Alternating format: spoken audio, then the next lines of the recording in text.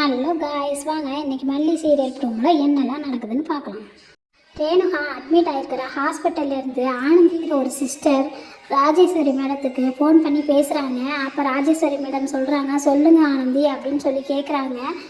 அதுக்கு அந்த சிஸ்டர் சொல்கிறாங்க, உங்கள் தம்பி ஒய்ஃபும் ஒரு பொண்ணை கொண்டுட்டு வந்து அட்மிட் பண்ணியிருக்காங்க. அந்த பொண்ணுக்கு கொஞ்சம் மனநிலை சரியில்லாமல் இருக்குது அப்படின்னு சொல்கிறாங்க. அதுக்கப்புறம் அந்த பொண்ணை பார்க்குறதுக்கு அவங்க அப்பா வேற வந்திருக்காங்க அப்படின்னு சொல்கிறாங்க. என்னது அப்பாவா அப்படின்னு ராஜேஸ்வரி மேடம் கேட்குறாங்க.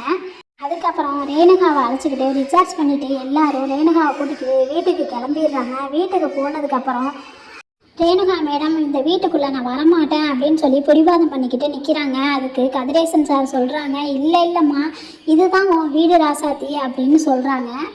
அதுக்கப்புறம் நிஷா மேடம் ஆரத்தி கரைச்சி எடுத்துகிட்டு வர்றாங்க. 2 பேரும் சேர்ந்து நில்லுங்க அப்படின்னு கதிரேசன் சார் சொல்கிறாரு. விஜயையும் ரேணுகாவையும் 2 பேரும் சேர்ந்து நின்றதுக்கப்புறம் நிஷா மேடம் ஆரத்தி எடுத்து சுற்றிட்டு வெளியில் கொண்டுட்டு போய் ஊற்றலான்னு போகிறாங்க. மல்லி ஒரு ஓரமாக நின்று ரொம்ப ஃபீல் பண்ணி பார்த்துட்ருக்காங்க.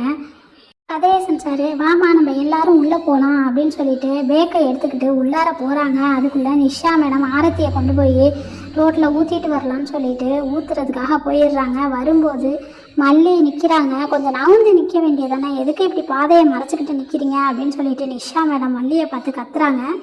மல்லிக்கு என்ன சொல்கிறதுன்னே தெரியல. மல்லிக்கு இப்போதைக்கு யாரும் ஆதரவு இல்லாமல் மனோகர் சார் மட்டும்தான் மல்லியோட ஆதரவாக பக்கத்துலேயே நிற்கிறாரு.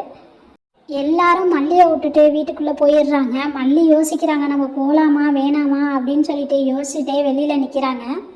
அதுக்கப்புறம் என்ன நடந்திருக்குங்கிறத அடுத்து வரப்போகிற கதையில் பார்க்கலாம். தேங்க்யூ.